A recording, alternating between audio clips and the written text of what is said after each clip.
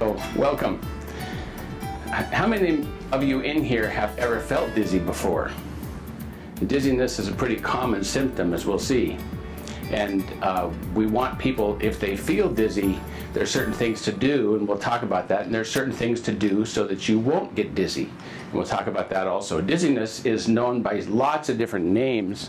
People can call it being faint, or they feel like they're rotating, or they get scared. They get lightheaded. Some people even call it vertigo, and we're going to talk about the difference between dizziness and vertigo. They call it syncope or disequilibrium. It's known by lots of different terms. And each of these terms is helpful to the doctor, but there are certain terms that we want to differentiate. The idea of dizziness is a big concept, and inside dizziness we have vertigo, syncope, and disequilibrium. And the most common symptom that we see is disequilibrium, when people feel unsteady in their environment. They just don't feel stable. Some people can feel lightheaded as if they're going to faint, and other people can get vertigo, which is a specific issue that we want to address. Now, as a doctor, we've got lots of ways we have to break this down, and we're not going to go through this chart today. I see a lot of you wiping your brow. This is a schematic of what a doctor has to go through to talk about dizziness and so forth, because there's a lot of aspects to it. It can involve the heart, it can involve circulation, it can involve structure, and it can involve the peripheral nervous system. It can also involve history and glucose, blood sugar metabolism. So those are the things that we have to look at, and we're going to talk about those today. First thing, let's get it out of the way right up front. If you have dizziness, you need to tell your doctor. Dizziness is always important to address. Some of them are easy to take care of, and some of them are more complicated. The prognosis for dizziness has to do with what's the cause. Where's it coming from? So always tell your doctor and let your doctor figure it out. Very important. Signs and symptoms of dizziness. It can include lightheadedness, feeling faint, confusion, weakness, and so forth. And I have X's through that area that talks about spin. And in the bottom left-hand corner it says, whenever a person comes in and has dizziness, I ask them to explain to me how they feel without using the word dizzy, because dizzy is such a common word. And then I'm amazed at how many people it stalls them. It stalls them. They can't figure out how they feel without using the word dizzy. So I don't give them any words. I'll just let them sit there and think of it, because that tells me about how high this concept gets in their consciousness. If they can't describe their symptoms, it tells me, helps me localize where this problem is. If they can describe it easily, then I can more easily relate to how high up it is in the cortex. Nevertheless, when the cortex doesn't get lit up or excited to the extent that it should, its general function is to keep things underneath it inhibited or controlled. So if the brain is not excited to do its job of controlling what's underneath, all of the aspects underneath express themselves in pathological ways because they're not controlled. Does that make sense? So my job is to figure out, how can I make that cortex, or the brain, be working at its highest level so that everything underneath it stays in order. And we're going to talk about that today. So, bottom line, when you go to your doctor and you say, I feel dizzy, don't use the word dizzy. Use another word to describe how you feel, because as we go back here, see, there's lots of other words to use, and it'll help localize what the person has going on in their system. All right. So we're going to go through this list. Lots of causes of dizziness: medication, aging, metabolic disorders, psychiatric disorders, heart disease, brain issues, pregnancy, and other issues. At this point, write down the web page, receptorbasedsolutions.com. Go to receptorbasedsolutions.com and go to the blog page, and in there is a brand new blog about heart and brain. And it will describe what we're talking about how the heart and brain work together, so that your brain can do what it needs to do. The brain controls every organ in your body except your heart. If you took your heart out of your chest and put it on a table, it would beat about 90 beats a minute. Put it back in your chest and hook it back up again, it beats about 72 beats a minute. So the brain influences the heart, but it doesn't control it. The heart has mechanisms to do its own thing, but they have to be on the same page so they can communicate. Very important. So go to that blog page. At this point, I want to say, I understand that Dr. Carrick has a trademark on the term brain-based, and I want to come right out and say that's his trademark, and that he has graciously allowed us neuronauts or neuromates to use the term in our classes and in our discussions. So thank you to Dr. Carrick. I'll talk more about Dr. Carrick in just a second. Okay, the causes of dizziness. Like I said, all dizziness needs to be reported to your doctor. All dizziness needs to be mentioned up front and be real clear about what the term is. There's many medications that have a side effect of dizziness. Always read that little slip of paper that comes with the medication that you might get, and always be aware of the side effects. I'm amazed at the number of people who come in here who come in to see me for treatment who take these medications, but they don't know what the side effects of the medications are. I have to tell them, you know, that's on the list of side effects. Your symptom of stomach ache or vertigo or instability, unable to sleep, those things are on those little white pages that comes with the medications. So up here on the list of medications, there's alcohol. And a lot of people use alcohol as medication. They use alcohol to sedate themselves so that they can sleep, or they sedate themselves, quiet themselves after a day's work. Here's blood pressure medications and heart medications. It's very common with heart medications, diuretics and so forth. And here it says antibiotics. Down here, read the side effects. Always read the side effects. Talk to your pharmacist. Talk to your physician and see if maybe there might be a different medication you could take to help you with your dizziness. And then here, orthostatic hypotension or orthostatic intolerance. This is when you stand up and you go, whoa, have to hold on. There's sometimes people come to see me and they get up out of bed at night to go to the bathroom. They take a few steps and they lose total control of where they are. I've had people fall into dressers, they fall into walls, they collapse on the floor, they trip on things because they can't maneuver their feet properly. This orthostatic intolerance is very important. It's when blood vessels, when you stand, should tighten in your lower body to keep the blood up into your brain. Well, if your body's not doing that, if your brain's not controlling those blood vessels properly, the blood pools and you lose ability in your brain, you lose awareness in your brain, and you might fall. So that's orthostatic hypotension or orthostatic intolerance. Dizziness is caused by aging. Reduced activity. As we age, we slow down. And slowing down is the issue. Proprioceptors, big word, it just means the unconscious recognition of where your joints are in space. You all know where your arms are right now, where your legs are. You know how you're sitting upright. These are all proprioceptive signals that reach your cortex. The nociception is an unconscious pain signal that's always present. Everybody has it. It's always there. Proprioception, the fastest moving neurons you have, keep nociception, the slowest moving neuron signals, under control. But if proprioception fades, nociception can get through in the cord and it reaches conscious levels. You say, ouch, I hurt in my, whatever it is, my low back, my neck, whatever. Or you can say, whoa, I feel unsteady, because you've lost the proprioceptive ability to turn on those pathways to keep the blood vessels tight in the lower body to keep the blood up. So these might sound a little complicated, but if you just understand gravity's going to have its way with you, we have to choose to stay upright against gravity, and we can choose to do that by staying healthy, strong, and active, and don't become deconditioned. Don't become weakened in your environment. Reduced circulatory adaptation. That's what I'm talking about the orthostatic hypotension. The adaptation of standing up and keeping the blood pressure and blood volume up.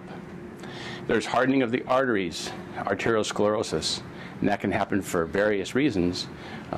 Most of them are dietary. And there's a lot of controversy now about atherosclerosis being related to blood pressure. And obviously, when you close down the opening in a blood vessel, the pressure has to go up. But there's a lot of controversy about that. So we'll just leave that at that point and talk about it at another class. There's neuropathy, a progressive neurologic disease that'll affect a lot of people in their feet, and they don't know where their feet are. And usually that's diabetic related, but there's other reasons for it as well. But if you don't know where your feet are in your environment, you're not going to be stable in your environment. And then menopause. We'll talk about that in just a second. There's a lot of hormonal changes that take place in menopause that can cause dizziness. Poor eyesight, reduced coordination, and that goes along with the exercise. Dementia, when a person starts to lose their ability to perceive where they are, where they've been, what's going on in their life. They can't relate to their world. That's a problem with potential for fall. And then hearing loss and ringing in the ears, that can cause some dizziness or instability as well. Dizziness is related to metabolic disorders.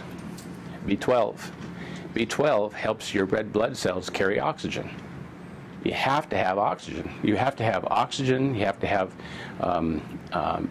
glucose in your blood supply, and you have to have the blood volume to get those nutrients where they need to go. And those are the things that keep a nervous system working well. Hyperventilation, that can cause a person to become too acidic. And when you get too acidic, the neurons reach close to threshold and they fire too easily. They should be kept down away from threshold. That's a healthy neuron. A sick neuron rises toward threshold and it'll fire by itself. And that's where people get the spins because things work that shouldn't. They get the spins because the nervous system is too sensitive, they're too acidic, and they need to push the neurons away from threshold, and I'm going to show you how to do that. Hypoxia, another aspect of oxygen carrying capacity in the blood. If you don't have enough oxygen in the blood, if you don't have B12 to carry oxygen, if you don't have the glucose to help you metabolize and perform to produce energy in your blood, that's another problem that can lead to dizziness and not being aware of where you are in your environment. Low blood sugar, hypoglycemia. I've had people come into my office before that are hypoglycemic. They lie down on the table, and I've had some people almost pass out on the table. Even though they're horizontal, their blood sugar is so low. When I was first in practice, there was a guy that came in that started to fade out, even lying down. And it was so severe that we had to call 911 to have him come and take him to the hospital. And at that time in the hospital, he really was in the right place because of his hypoglycemia was so severe. It's a big problem. So you have to be aware of having enough blood sugar. And then dehydration, enough fluid, water. Water is very important, especially we're here in Southern California. It can be a hot environment. Drink plenty of water. And then liver disease. There's other organs that can do it too, but liver disease is pretty common. So having a blood test can help you figure out if you have enough B12, liver, enzymes. You can look at those with a blood test, and lots of other metabolic systems can be evaluated by blood tests. So if you haven't had a blood test recently, have one. Let's take a look at it. And then a little bit more about oxygen. Like I said, your nerves need fuel, oxygen, and a way to get the fuel and oxygen to your system. And proper blood supply is important. That's activity. We're going to talk a little bit about movement and how we can get an idea whether blood's going where it's supposed to go. We'll show you that in a minute. Blood sugar management, be on a good diet. Make sure your blood sugar is good. Breathing is essential. The COPD for chronic obstructive pulmonary disease, people have problem ventilating, and that can be an issue when they when they try to do it. An activity, they can't keep up with their oxygenation, and that it produces more of a problem, so they need to be very careful. If you have low blood pressure and try to exercise, you have to be real careful because you will exceed your capacity there too. Blood pressure is very important to watch. in my office, we take blood pressure on both sides. How many of your doctors take blood pressure on both sides at the same time? It's very important, because if the blood pressure is the same on each side, that's good. If it's normal on each side, that's good. If it's different, it can give the doctor an idea of what's going on with the brain, what's going on with the cortex. Because if one side is higher than the other, the blood vessels on that side might be more constricted than the blood vessels on the other side. And so that could tell you about brain-sidedness. And that's something that a lot of doctors don't do. Or you can take it on one side and then take it on the other. I ask people when they do that to make sure that they write down what the blood pressure was, which side it was, and what time of day was it. It's interesting because a lot of times people will bring in their blood pressure lists, the blood pressure numbers, and they're just fine at home, but when I take them, they're too high. Normally, we don't do much about that because it's a white coat syndrome. But if the numbers are high at home or if they're low at home, and they come into the doctor and they're consistent with their readings, then we have to address that. But blood pressure is one of those things that you might not even know is high or low. So take your blood pressures, write it down, let's have a look at it. Reduce anxiety. We're going to talk about a few ways to do that in just a minute. Improve sleep. Sleep is very important. More and more data is coming out about sleep. And it's important to have 7 or 8 hours of sleep a night. And I'm talking about sleep. If it's a medicated sleep, that's not as good for you as if it was not medicated and if you slept well. But sleeping is very important nonetheless. And then lower your stress level, and that has to do with reducing anxiety. So let's talk about some breathing ideas. When people come in to see me and they have anxiety or they have a cerebellum that's not working properly, and we're going to talk a little bit about the cerebellum in a few minutes. The cerebellum is the most oxygen-sensitive tissue in your whole body. Well, that and the basal ganglia, but that's a complicated process that we're not going to get into today. The cerebellum receives input from the muscles on the same side. It doesn't get input from joints. It only gets input from muscles on the same side. And those muscles feed into the cerebellum, and the cerebellum's responsibility is to compare the muscles on one side to the muscles on the other and make sure there's balance. If there's not balance, it will evaluate things, send signals to the brain so that there is balance. But if your cerebellum's tired, if your cerebellum can't keep up with the demand being placed on it, if it doesn't have enough oxygen, it can actually cause a posture where a person is getting drawn toward gravity. It can cause another posture where a person's tipped backwards into extension. Okay, those are important things to stay away from because most people who fall are going to fall backwards. Their muscles in their back are too tight, pulling them in that direction, and so they unconsciously make up for it by coming forward. Do you see that? They don't want to fall backwards because the muscles are pulling them that way, so they counteract it by unconsciously leaning forward. Well, if something perturbs them or startles them and they stand up, that's where they're going. And that fall is very dangerous. So breathing is important. So try this. I want you to breathe in to the count of 4 and breathe out to the count of 8. Breathe into the count of 4, and then with your lips pursed,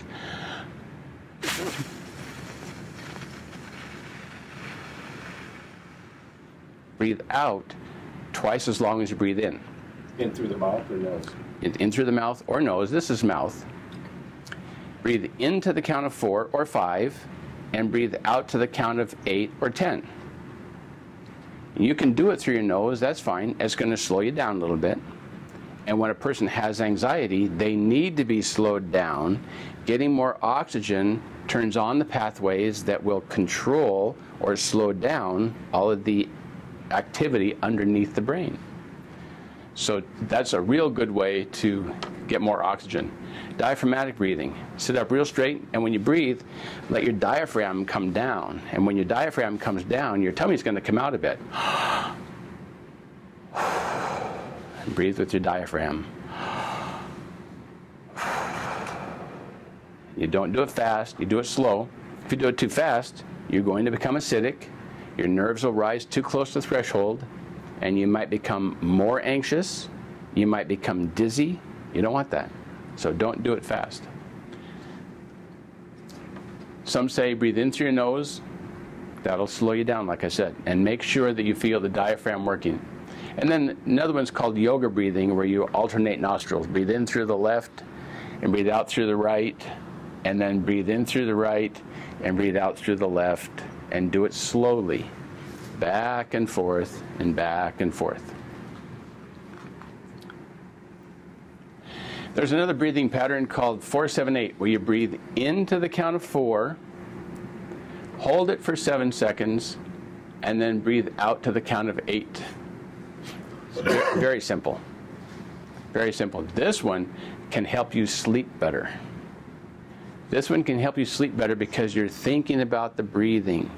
You're thinking about your process of breathing. You're not thinking about those things where your mind runs off with you. Think about the breathing, and it will help you fall asleep. And then the last one, breath counting. You inhale and count 1, and breathe out. The next time you breathe in, count 2, and so forth, and go to 5, and then start over again. Don't go past 5. And see if that helps you relax. So you have 5 tricks now to get more oxygen. It's amazing how many people come in here with tachycardia. They'll have perhaps atrial fibrillation, and I just encourage them to do breathing. I just encourage them to get more oxygen, and it's amazing how it calms them down and can get them out of those issues. So give that a try. Oxygen is very important. And we talked about also glucose, and we talked about getting those things to your tissues with the blood supply, so that comes down to activity. A sedentary life can contribute to issues of dizziness. There's also psychiatric conditions, depression, anxiety, hyperventilation. We talked about that a little bit. Somatization, this is letting your anxiety become part of your body, a body expression of anxiety. And that body expression of anxiety, people may not even know they have it. I have low back pain, I have stomach ache, I have jitteriness on the inside, but it may be something that's going on in their life that's bothering them. The somatization, the body expression of the stress. But like I said, sometimes the patients don't even know they have it. And then the anxiety causes stress, and stress causes anxiety. Back and forth and back and forth. More oxygen, balance your blood supply, be active, breathe. Those are very helpful. Oh, I want to say one more thing about the psychiatric things.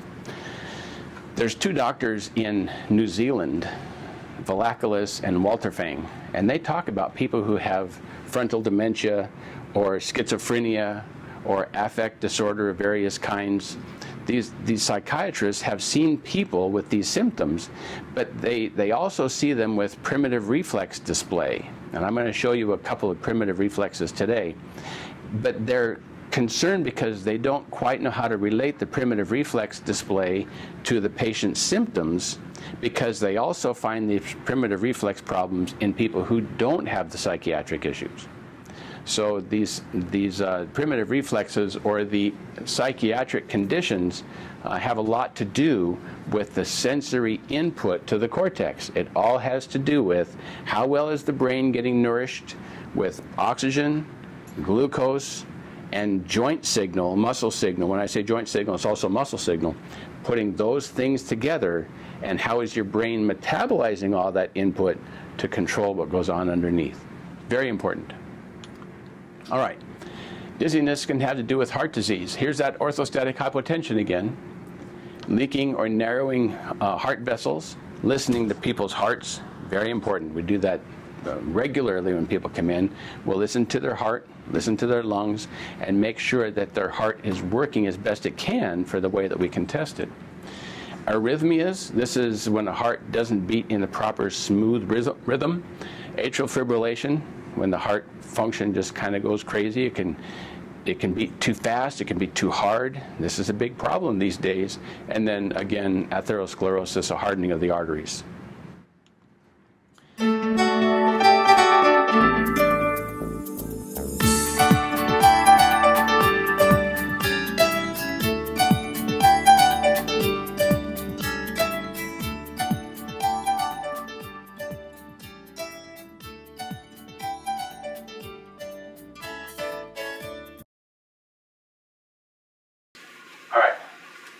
brain issues.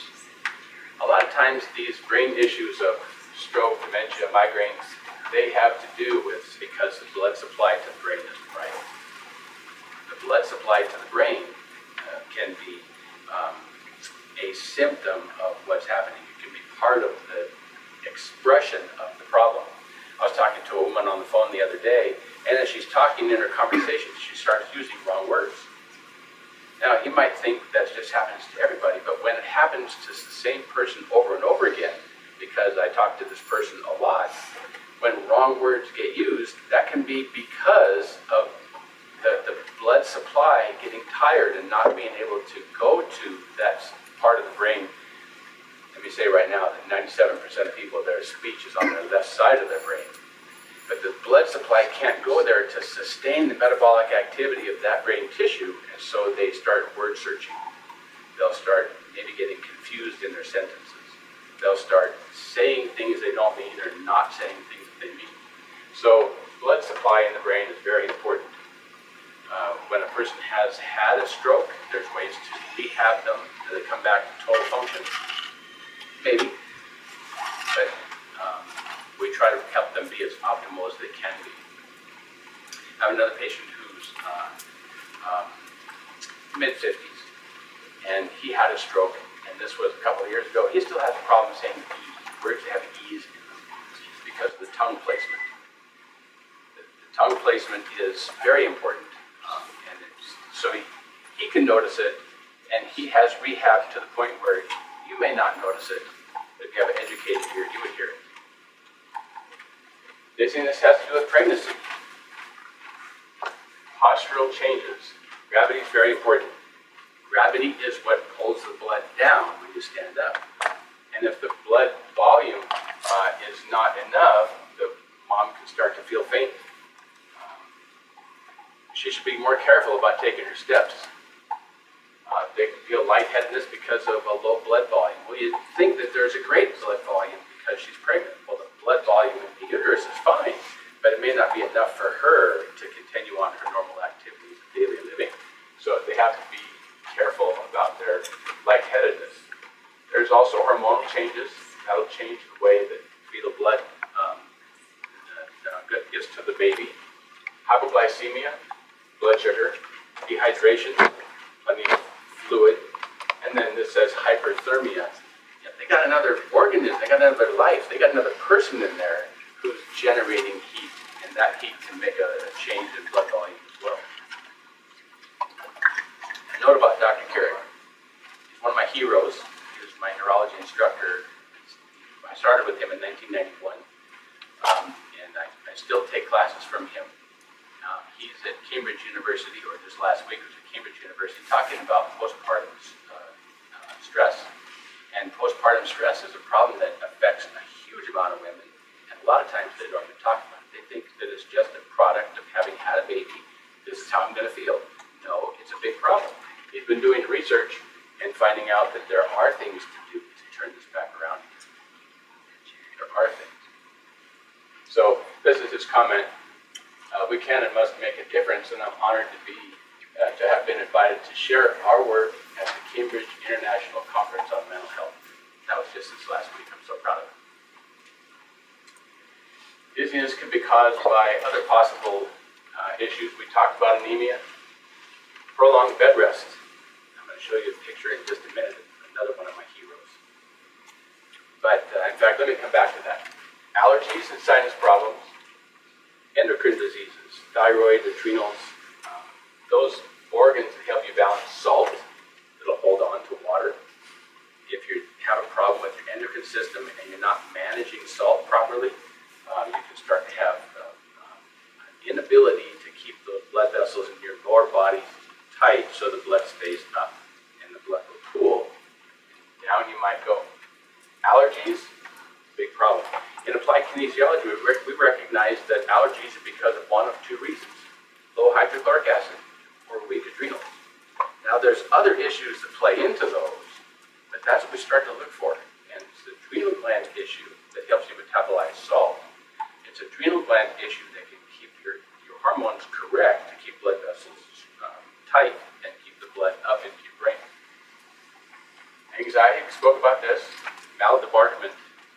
know what malbombardment is? You might have experienced it. It's when you go on a cruise or you've been on a boat for a while, you get back on land and you still feel like you're moving around. Does anybody experience that? This is a common problem. Sailors have it a lot. I remember going over to Catalina Island with some friends for a weekend, and we spent the weekend on the boat because where we anchored. But when we got to shore, after we got home, I was like that for a little while. I was like, whoa, I thought this land was stable. Are we having an earthquake? Then there's postprandial hypotension. The term postprandial means after you eat. Do you have low blood pressure when after you eat? If so, it might be a sign of adrenal fatigue. And then this says inner ear, BPPB, the otoconia, the utricle and saccule. How many have heard about BPPV? Anybody heard that before? It's a very common, I shouldn't say it's common, it's an often seen but not real common type of vertigo. Benign positional vertigo. Benign paroxysmal positional vertigo. There's special ways to take care of that with maneuvers that'll help get crystals back into the right place. And we can talk about those crystals afterwards, but they get lodged in places that'll just cause nerves in your ears to your semicircular canals to get stimulated when they shouldn't. And you'll feel like certain things are happening when in fact they're not. Okay, so we said vertigo has to do with the sense of spin. The big difference, it has to do with the sense of spin. If somebody comes to me and says, I feel dizzy, I have a sense of spin, I've lost hearing in one ear, and it feels full, it's those terms that are so important because that can lead me to think that this person might have a disease called Meniere's disease. It's a type of vertigo. And then there's vestibular neuromas, and there's a whole bunch of different terms. But it's the words that people use to describe their symptoms that the doctor pays close attention to. If you have dizziness, see your doctor and get it dealt with. Causes of vertigo, we've been through these, a lot of them. There's inflammation. Here's the Meniere syndrome. They can have acoustic neuroma, decreased blood supply, head trauma. This can cause vertigo. People who've had head trauma, they lose their ability to be upright in their environment and often have a sense of spin. Severe migraines, blurred vision, anemia, low or high blood pressure, diabetes, dehydration. Even a drop of 1 to 2% in your volume of water in your body can cause you to feel dizzy. Again, spin. I left those terms in there on purpose because I want to drive it home. When a person feels dizzy and they use the term spin, that's vertigo. Otherwise, it's not a vertigo. I shouldn't say that. There's other symptoms as well. That's one of the main signs of vertigo. A sense of disorientation, symptoms last for minutes to hours. Can you imagine? Can you imagine what it's like to be dizzy for hours? To have a sense of spin for hours? Maybe lying in your bed and not being able to get steady.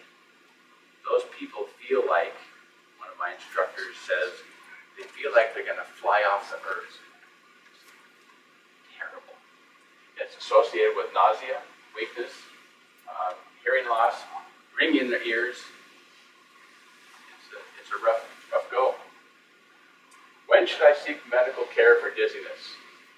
Whenever you have any of those symptoms we talked about, call 911 if you don't have a doctor.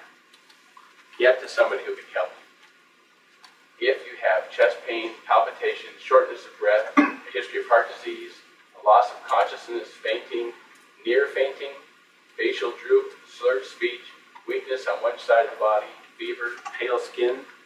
So what did we just describe? We described somebody who could be having a stroke, right? So if a person has those symptoms with dizziness, get them to somebody that can take care of them right away. There's natural home remedies for dizziness. Again, report it to your doctor. You might try drinking more water. That can help. Have regular meals. Remember we talked about hypoglycemia. Get plenty of rest. Lie down. Lie down before you fall down. Help a person get into a comfortable position. Even sitting might not be enough. Get them horizontal. When they're horizontal, the blood it's all at the same level, right? When you're sitting or standing, gravity has its way. So get them lying down and see if that helps. Reassure them. You know what?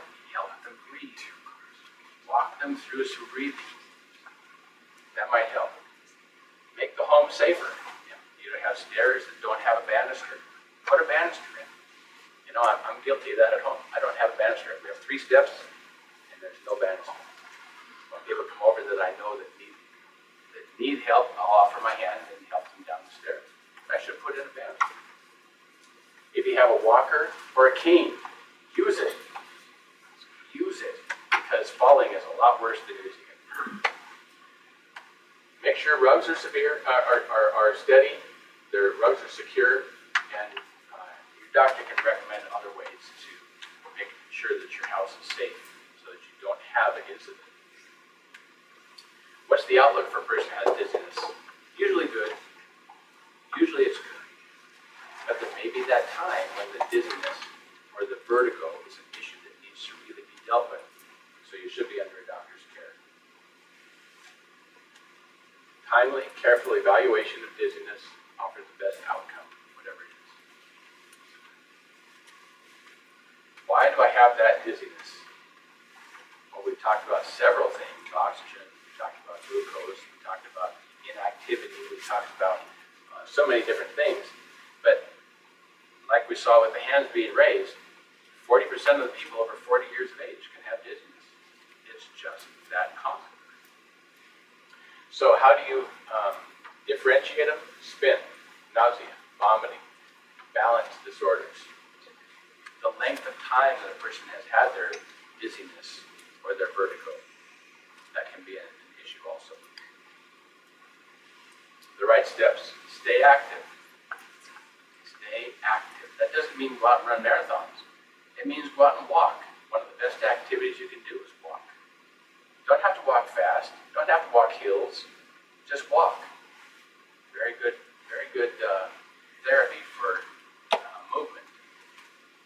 And as you walk and build your endurance, you probably go further over time. You might be able to go quicker over time.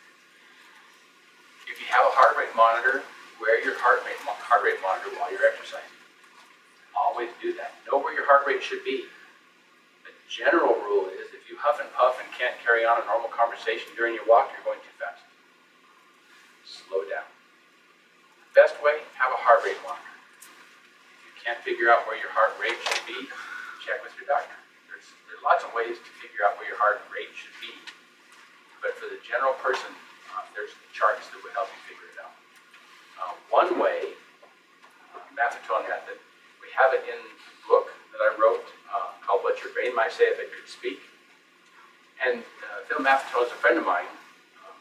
In there, page 145, we talk about heart rate, and it's essentially from the number 180, subtract your age. So go ahead and do that in your head. From 180, subtract your age. And then if you've been in the hospital or had some severe issue going on, if you've been sick in the past 2 years, and I mean sick, not just having a cold, but sick, you subtract 10. If you might have had a cold in the past year or so, or if you're exercising and you've got some aches or pains, you can subtract 5. If you've been exercising for a couple of years and you don't have any signs or symptoms of problems, subtract 0. And if you're an athlete of high class, an elite type athlete, you can add 5. So you have that number, 180 minus your age, and you subtracted 10, 5, 0, or added 5. And then from that number, subtract 10 again. And that essentially gives you where your heart rate should be. 40-year-old person who has been exercising without any problem, 180 minus 40 comes to 140. You're going to subtract 0 because they've been healthy, and then subtract 10, so there should be 130 to 140 is their optimal heart rate for them to be consuming fat. That's a good aerobic place for them to be. Spending 10 to 15 minutes warming up into that zone, they can stay in that zone as long as they want, and then 10 to 15 minutes cooling down out of that zone is a good fundamental principle. Now, we've had people in class where we calculated their heart rate inside their target, brought them up on the table, tested them, find out what muscles are strong, what muscles are weak, and then have them go right to their heart zone, right to their target rate, and come back on the table, and those muscles that were previously strong are now weak, because there hasn't been time for the blood to shunt from the internal organs to the periphery, to the muscles that are demanding the blood supply, the oxygen, and the glucose. We let them calm down, bring them back up on the table, reevaluate them, and spend 10 to 15 minutes going around the room, bringing the heart rate back up into their target zone, put them on the table, and those muscles that were previously weak are now strong because they've shunted that blood. They've become aerobic. Their system is managed and moved along to this new condition, and the body can support it. But the warm-up and the cool-down are as important as the exercise itself. Don't cut yourself short. Oh, Dr. Allen, I do aerobics. Oh, yeah? What do you do for aerobics? Well, I get on the elliptical trainer and I go for 5 minutes. It really feels good. You know what? That's doing you more damage than good, probably. We're doing you more damage than good because that's not how you should be doing things. We can help you figure out how to do it. I've had people tell me, Dr. Allen, if I exercise within that range, I will never get any exercise because my heart won't stay in that zone. It'll go too fast. But that's exactly the point. That, remember I said at the start that the brain influences the heart, it doesn't control it. But when the heart escapes out from under that influence, it will do its own thing. And that's not necessarily a good thing. Okay, so we need to have brains involved in this whole activity. You've heard it said, before you exercise, you should talk to your doctor. It's actually before you exercise, check with your brain. Because if your brain can't manage the stress that you're putting on it, then you'll exceed your capacity and you're actually going backwards. We see people get overtrained all the time, and overtraining is a big problem. So, bottom line, stay active. So here's one of my heroes. She's been in space for a year, and her health when she came back is very good because she exercised 2.5 hours a day. 2.5 hours a day in space. She exercised. It says here that spending 6 months in space can see the average astronaut lose between 11 and 17% of their strength. After 6 months, about 10% of their endurance is lost, and 2 to 7% of their bone density is lost. It's interesting that a woman who is in menopause can lose 1 to 2% of her calcium in her bones per year. But in space, you can lose 2 to 3% per month. So exercise, even in space, is very important. Another one, have your eyes and hearing tested. See how you're doing. See how well you perceive your environment. Find out about side effects of your medication. Or we talked about reading that little white paper that comes with your medication. Get enough sleep. Seems pretty simple. Limit the amount of alcohol that you drink. Alcohol can cause you to feel dizzy. If you've ever been buzzed or hungover, you know what I'm talking about. Stand up slowly. If you have adrenal fatigue, standing up slowly can help you to manage your position in your environment. Use an assistive device. I'm amazed at how many people are told to use their assistive devices, even around their house, and they don't use it. They don't use it. You're asking for potential to fall, and if you've got brittle bones, falling can be very dangerous. If you hit your head, it'll be very dangerous. So use assistive devices. Be very careful when walking on wet or icy surfaces. We have more wet surfaces around here than we have icy surfaces, so it's not something we have to worry about. But I have a friend who I just learned a couple of days ago was up at the top of the stairs, and he slipped on some fluid that was at the top of the stairs, and he fell down his stairs. He fell. Wear non-skid, rubber-soled shoes, low heels. Don't wear flip-flops when you're on stairs. Don't wear flip-flops when you're around rugs that are loose. Make sure that your feet are where you think they are. Because you can think your feet are one place when in fact they're going to be someplace different. And in that case, you have a higher probability of falling.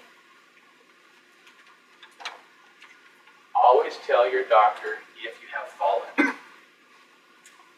It's no big deal. I was just standing on a chair and I fell. It was just a couple of feet. I landed okay, I didn't hurt myself. No, tell your doctor. You should always tell your doctor if you fall.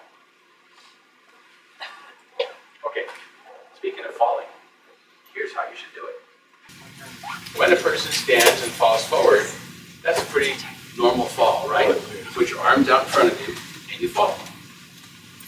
But when a person falls backwards, when a person has too much tension in their extensor muscles, they're going to tend to go forward to counteract that. It's all unconscious. And if they get startled and stand up, they're going to go back. Well, when a person falls backwards, they're going to turn to one side because they want to catch themselves, right? Turning to the left, for example, should cause the extensor muscles to turn on the side toward head rotation. See, the head rotated to the left, and an extensor muscle is on here, and an extensor muscle is on there. They got muscles of extension so that they'll catch themselves. And their flexor muscles come on the side opposite head rotation. Is everybody clear with that? Extensor muscles turn on the side toward head rotation. This is normal, and a person will fall and catch themselves. Got it? Okay, so everybody, turn your head to the left and extend your left arm and flex your right one. With your head to the left, you've got your left arm extended and your right arm flexed. Got it? Turn your head the other way and switch your arms. This is normal. This is a normal response. If you take a young child, 6 months of age, lying on their back, and you turn their head, their face up, you turn their head to the left, and you keep it there, that child will take on this posture. No, they'll take on this posture. If you turn their head the other way, they'll take on this posture. It's on the internet. If you have a young child, try it. It has to be a young child in order for this to happen. 6 months of age, for example, or younger. This is normal. Everybody got it? Back butter. This is my son Matthew. And he loves Darth Vader. Hold your arm up now. Don't let me push. This is a flexor muscle. The pectoralis major, the clavicular portion of the pectoralis major. And straight ahead. And it's strong. Let's check the other side. Get my back. Hold strong, don't let me push. Good. When I check that muscle and he's standing here, that should be strong. Now, Matt, hold this arm up and turn your head to the left. Hold strong. Is that normal or is that not normal? What should that be? That's a flexor on the side of head rotation. Should that be on or off? It should be off. You see that? The extensors turn on the side toward head rotation. That means a flexor should inhibit. Hold up your hand. Turn your head to the left. Hold strong. Turn your head. Hold strong. That should inhibit. That should not be strong. Let's try this other side. Turn your head to the right. Hold strong. Good. So what do? Well, let's try something. Matt gets treated pretty often, so I know what's going on with him. Stand on both feet.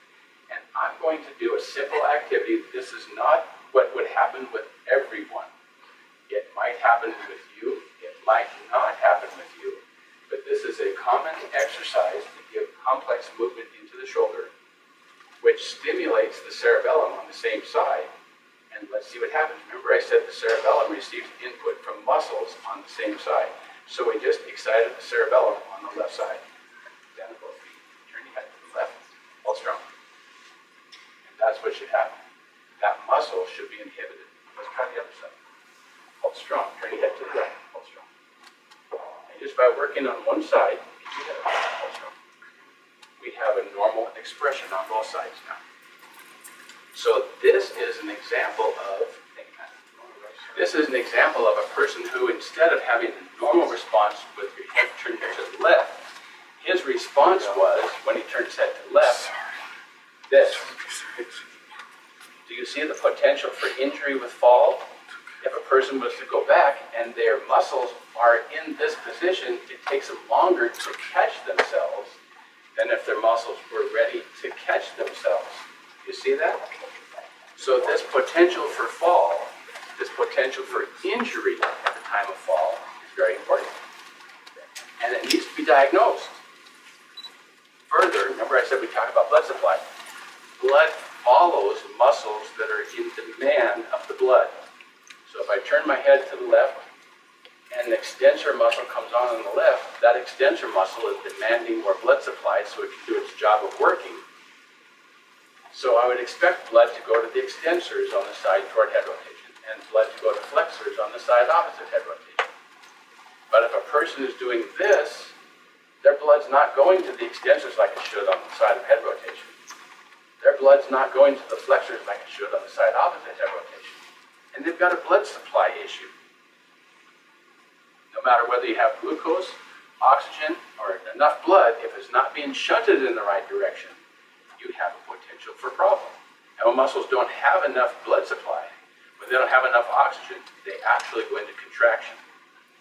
My joints are stiff. Yeah, maybe they're stiff because the signals that are supposed to go there aren't going there. Or the signals that shouldn't go there are going there. So these are things that the doctor will look at and help you to evaluate when you go in to see the doctor when you're about dizziness. Okay, so today we spoke about dizziness versus vertigo. I gave you 8 possible causes of dizziness, vertigo. We talked about the importance of breathing properly. We told you that you should always seek help from your doctor when you have symptoms of dizziness. We talked about ways of preventing falling. Preventing fall by get your neck receptors working properly. Make sure that your neck is sending the right signals to your brain. And then how to evaluate the potential fall. This was that normal fall, and are you able to catch yourself, or are you able to not catch yourself? I want to work with the people who can't catch themselves and help them catch themselves. And I want to work with people who are able to catch themselves and build that ability so that they can catch themselves any way they fall. You know what? It's not only falling, but we're talking about the way that the brain gets excited by proprioceptors from muscles. And when the brain works optimally, it will control those things that happen underneath it. Blood supply, digestive organs, lungs. It will make your system work according to its original design. One last point. I was talking to a doctor from the National Institute of Health, and I told him, this is a normal human movement pattern. And I said, this is an other than human movement pattern. He said, what's an other than human movement pattern? How could you have something other than human? I said, well, that's simple. That's very simple. This is the way the system's designed to move, to respond to your head moving to the left. If your system responds in this way, that's not a human movement pattern. Your nervous system is not operating in a human condition. It's other than human. He said, you know, that makes a lot of sense. So I think we're all humans in here, and we want to behave in human ways. And getting the joint signals to the brain and the brain responding properly helps us be as human as we can be. And that's the goal. One more thing. I want to remember my brother Barney. He came in to see me one day, and he says, my knees hurt. I said, what happened, Barney? He says, well, I was walking down the street, and I turned a corner, and I stepped into a gravity storm. I said, the gravity storm? What's that? He says, I fell down. I fell down. Be careful out there. There's gravity storms. Do not step in them. And they pop up anywhere. So I want to leave you with that. Watch out for gravity storms and make sure that your brain is working as well as it can, because that's optimal humanness. All right. Thank you all for coming. This was fun.